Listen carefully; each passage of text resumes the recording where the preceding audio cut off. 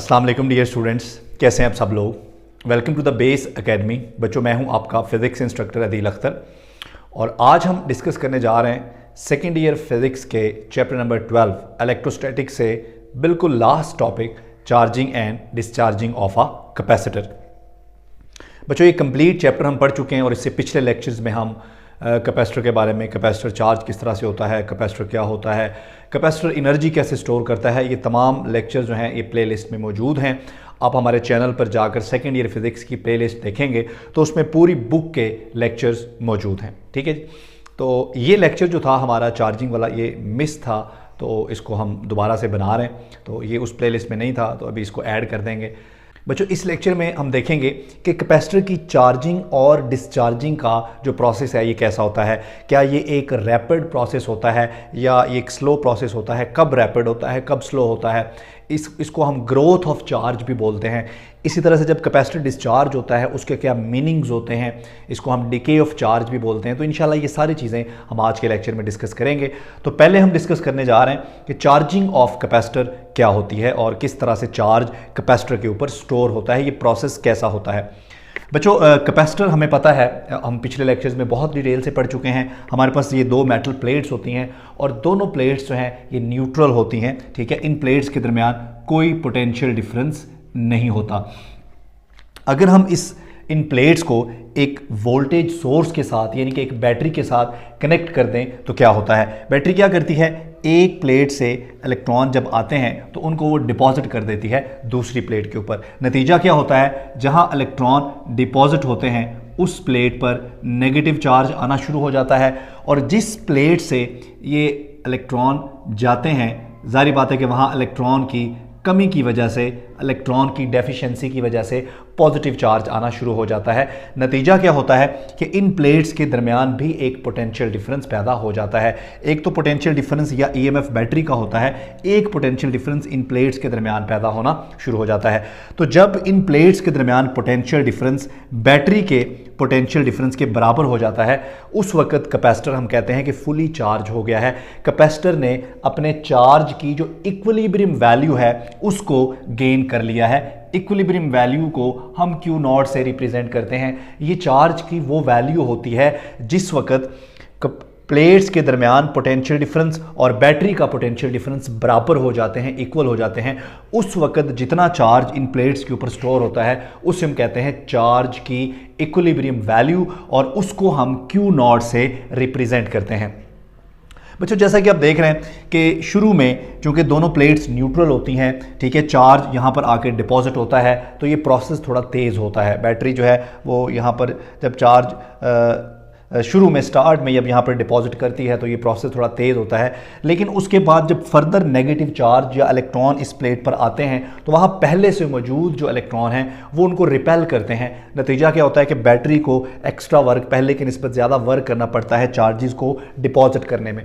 इसलिए ये प्रोसेस जो है शुरू में तो ये प्रोसेस थोड़ा तेज़, थोड़ा रैपिड होता है, लेकिन उसके बाद ये प्रोसेस स्लो हो जाता है। ठीक है, अगर हम चार्जिंग का या जो ग्रोथ ऑफ चार्ज है इसका अगर हम ग्राफ बनाएं तो ये देखें, हमने एक्स एक्सिस पे टाइम लिया है और वाई एक्सिस के ऊपर हमने चार्ज की वैल्यू ली है।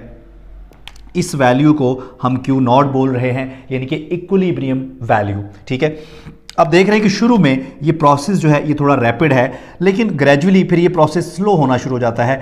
इस तरह का जो ग्राफ है इसे हम कहते हैं एक्सपोनेंशियल ग्राफ। इसका मतलब है कि जो चार्जिंग है या जो ग्रोथ ऑफ चार्ज है ये प्रोसेस एक्सपोनेंशियल होता है। शुरू में तो ये प्रोसेस बहुत रैपिड, बहुत तेज़ होता है, लेकिन उसके बाद फिर ये प्रोसेस स्लो होना शुरू हो जाता है क्योंकि वहाँ पहले से मौजूद चार्ज नए आने वाले चार्जेस को या नए आने वाले इलेक्ट्रॉन्स को वेलकम नहीं करते बल्कि उनको रिपेल करते हैं। नतीजा क्या होता है कि प्रोसेस पहले की निस्बत आहिस्ता आहिस्ता आप देख रहे हैं कि ये स्लो होना शुरू हो जाता है। ठीक है, तो इसी को अगर हम एक सर्किट में बना के देखें फर्दर इसको स्टडी करने के लिए कि किस तरह से हम इसको चार्ज या डिस्चार्ज करते हैं, तो ये हमारे पास बड़ा सिंपल सा सर्किट है।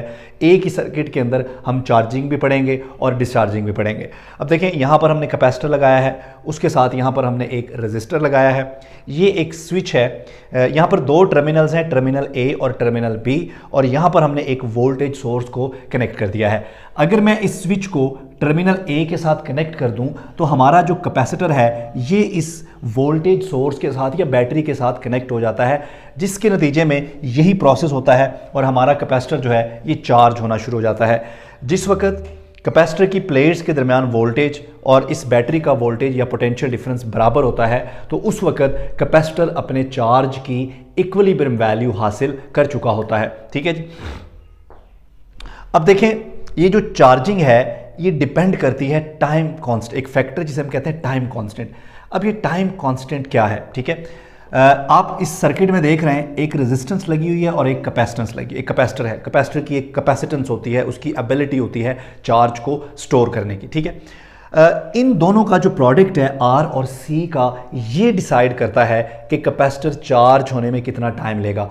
तो इसको डिफाइन करने के लिए हम ये कहते हैं कि जब कैपेसिटर अपने चार्ज की इक्विलिब्रियम वैल्यू तक पहुंचता है तो हम कहते हैं कि अब ये फुली चार्ज हो गया है, लेकिन उससे पहले एक वैल्यू है 0.63 Q नॉट। इसे आप कह सकते हैं 63% ऑफ इक्विलिब्रियम वैल्यू।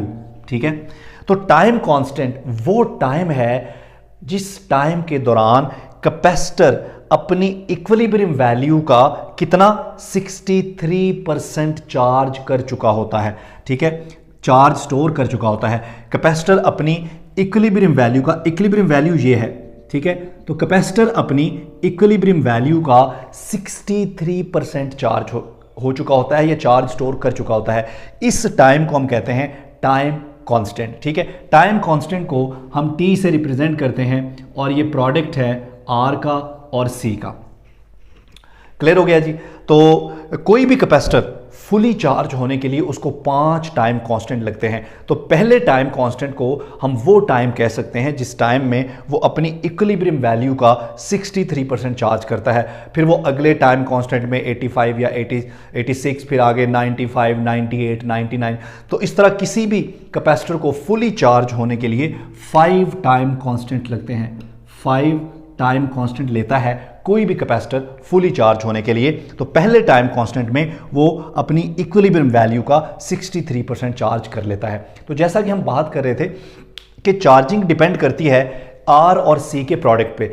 फर्ज करें कि आर और सी का प्रोडक्ट एक बड़ी वैल्यू आती है, जिसे हम कहते हैं कि टाइम कांस्टेंट ज्यादा है, उसकी वैल्यू बड़ी है। अगर टाइम कांस्टेंट की वैल्यू बड़ी है तो कैपेसिटर चार्ज होने में भी ज़्यादा टाइम लेगा।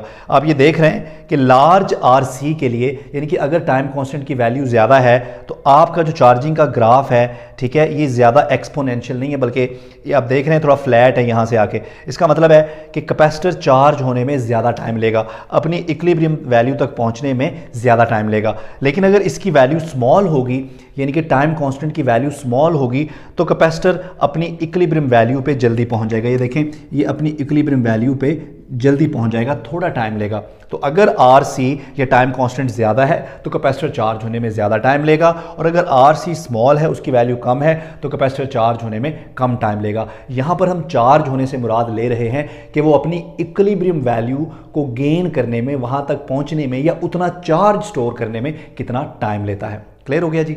तो ये तो हो गई बच्चों चार्जिंग ऑफ अ कैपेसिटर। अब हम डिस्कस करते हैं डिस्चार्जिंग ऑफ अ कैपेसिटर। जी बच्चों, तो अब हम डिस्कस करने जा रहे हैं जी discharging of a capacitor.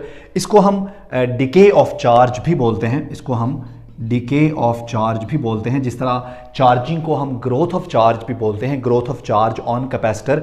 Discharging को हम decay of charge from capacitor भी कह सकते हैं। बच्चों, होता क्या है, एक ऐसा कैपेसिटर जो फुली चार्ज हो चुका है, अगर हम उसे बैटरी रिमूव कर दें, वहाँ से वोल्टेज सोर्स को रिमूव कर दें और उसे कनेक्ट कर दें एक लोड के साथ। लोड यहाँ पर बल्ब भी हो सकता है, कोई रेजिस्टर भी हो सकता है, कोई और चीज़ हो सकती है जो कैपेसिटर की एनर्जी को कंज्यूम करेगा। तो बच्चों क्या होगा कि कैपेसिटर की ये जो नेगेटिवली चार्ज प्लेट है, जहाँ इलेक्ट्रॉन डिपॉजिट हुए थे, इलेक्ट्रॉन यहाँ से रिमूव होकर वापस जाना शुरू हो जाएंगे पॉजिटिव प्लेट की तरफ, और वहाँ पर जाकर वो पॉजिटिव प्लेट को न्यूट्रलाइज करना शुरू कर देंगे। और एक ऐसा वक्त आएगा जब यहाँ से सारे इलेक्ट्रॉन वहाँ पर जाकर पॉजिटिव चार्ज को न्यूट्रलाइज कर देंगे, तो दोबारा से फिर वही शुरू वाली कंडीशन होगी कि कैपेसिटर पर कोई चार्ज नहीं होगा। ठीक है, इसे हम कहते हैं डिस्चार्जिंग ऑफ अ कैपेसिटर। और इस दौरान जो इन चार्जेस की एनर्जी है उसको ये लोड इस्तेमाल कर सकता है। तो ये प्रोसेस जिसमें चार्ज दूसरी प्लेट पर जाकर जो चार्ज स्टोर है उसको न्यूट्रलाइज करना शुरू कर दे, इसे हम कहते हैं डिस्चार्जिंग ऑफ अ कैपेसिटर। यहां पर हमने अपने सर्किट में क्या करना है, बैटरी से हमने स्विच को पहले टर्मिनल ए से कनेक्ट किया था, तो ये बैटरी के साथ अटैच था। अब टर्मिनल ए से हमने इसे हटा के टर्मिनल बी के साथ कनेक्ट कर दिया, तो ये इस लोड के साथ कनेक्ट हो गया। नतीजा क्या होगा कि ये प्लेट जो पहले नेगेटिवली चार्ज थी और ये प्लेट जो पहले पॉजिटिवली चार्ज थी, इलेक्ट्रॉन यहाँ से वापस पॉजिटिव प्लेट की तरफ जाना शुरू हो जाएंगे और डिस्चार्जिंग का प्रोसेस शुरू हो जाएगा। तो जिस तरह चार्जिंग का प्रोसेस जो है वो हमने देखा कि एक्सपोनेंशियल प्रोसेस है, डिस्चार्जिंग भी बिल्कुल ऐसे होती है। शुरू में स्टार्ट में डिस्चार्जिंग का प्रोसेस रैपिड होता है, लेकिन उसके बाद ये प्रोसेस थोड़ा सा स्लो होना शुरू हो जाता है। आप देख रहे हैं कि ये जो कर्व है ये भी एक्सपोनेंशियल कर्व ही है, लेकिन ये नेगेटिव एक्सपोनेंशियल है, यानी कि चार्ज अब क्या हो रहा है, अब चार्ज वापस जा रहा है, अब हमारा कैपेसिटर डिस्चार्ज हो रहा है। ठीक है, हम डिस्चार्जिंग को भी टाइम कांस्टेंट के साथ डिफाइन कर सकते हैं। ठीक है, हमने कहा कि चार्जिंग के लिए टाइम कांस्टेंट वो टाइम होता है जिसमें कोई भी कैपेसिटर अपनी इक्विलिब्रियम वैल्यू का 63% चार्ज स्टोर कर लेता है। अब इसको हम उलट कर देते हैं, टाइम कांस्टेंट डिस्चार्जिंग के लिए वो टाइम है जिसमें कैपेसिटर अपनी इक्विलिब्रियम वैल्यू का 63% डिस्चार्ज कर देता है। यानी कि इस टाइम में ये वो टाइम है जिस टाइम के बाद कैपेसिटर पर जो स्टोर चार्ज की वैल्यू है, स्टोर चार्ज की वैल्यू 37% रह जाती है, यानी कि 63% वो डिस्चार्ज कर देता है अपने पहले टाइम कांस्टेंट में, और बाकी जो कैपेसिटर पर चार्ज बच जाता है वो सिर्फ 37% बच जाता है। किसका 37%? अपनी इक्विलिब्रियम वैल्यू का। तो अगर तो आर और सी का प्रोडक्ट लार्ज होगा, जिस तरह चार्जिंग के लिए कैपेसिटर 5 टाइम कांस्टेंट लेता है, इसी तरह डिस्चार्जिंग पर भी वो 5 टाइम कांस्टेंट ही लेता है। पहले टाइम कांस्टेंट में अगर वो 63% चार्ज करता है तो पहले डिस्चार्जिंग में पहले टाइम कांस्टेंट में वो 63% डिस्चार्ज कर देता है। ठीक है, तो यहां पर भी वैसे ही है, अगर तो टाइम कांस्टेंट की वैल्यू लार्ज है तो आप देख रहे हैं कि कैपेसिटर डिस्चार्ज होने में ज़्यादा टाइम लेगा। ये कर्व थोड़ा सा फ्लैट है। ठीक है, आप देख रहे हैं कि इसमें कर्वेचर कम है, ये थोड़ा फ्लैट है यहाँ से, लेकिन इसको देखें, ये स्मॉल आर सी है। अगर टाइम कांस्टेंट स्मॉल होगा तो कैपेसिटर जल्दी डिस्चार्ज होगा, लेकिन अगर आर सी या टाइम कांस्टेंट लार्ज होगा तो आप देख रहे हैं ज़्यादा टाइम लगेगा, कैपेसिटर देर से डिस्चार्ज होगा। क्लियर हो गया जी। तो ये है हमारी charging and discharging of a capacitor, या इसको हम growth of charge and decay of charge भी कह सकते हैं। तो इसके साथ हमारा ये टॉपिक कंप्लीट हो गया है और ये चैप्टर भी हमारा कंप्लीट हो गया है। इसके बाकी जो लेक्चर हैं वो तो ऑलरेडी अपलोडेड थे, बस ये एक लेक्चर था, 1-2 लेक्चर मिसिंग थे जो हमने बाद में अपलोड किए हैं। लेकिन अगर आप जाकर प्लेलिस्ट देखेंगे तो उसमें आपको पूरी बुक के लेक्चर्स मिल जाएंगे, क्योंकि पहले हमने कुछ चैप्टर को स्मार्ट सिलेबस के मुताबिक किया था, तो इस साल से स्मार्ट सिलेबस तो नहीं है। तो जहाँ जहाँ पर कुछ चैप्टर रह गए हैं, कुछ टॉपिक रह गए हैं किसी चैप्टर में, इंशाल्लाह वो हम ग्रेजुअली जो है ना उसको अपलोड करते जाएंगे। थैंक यू, अल्लाह हाफिज़।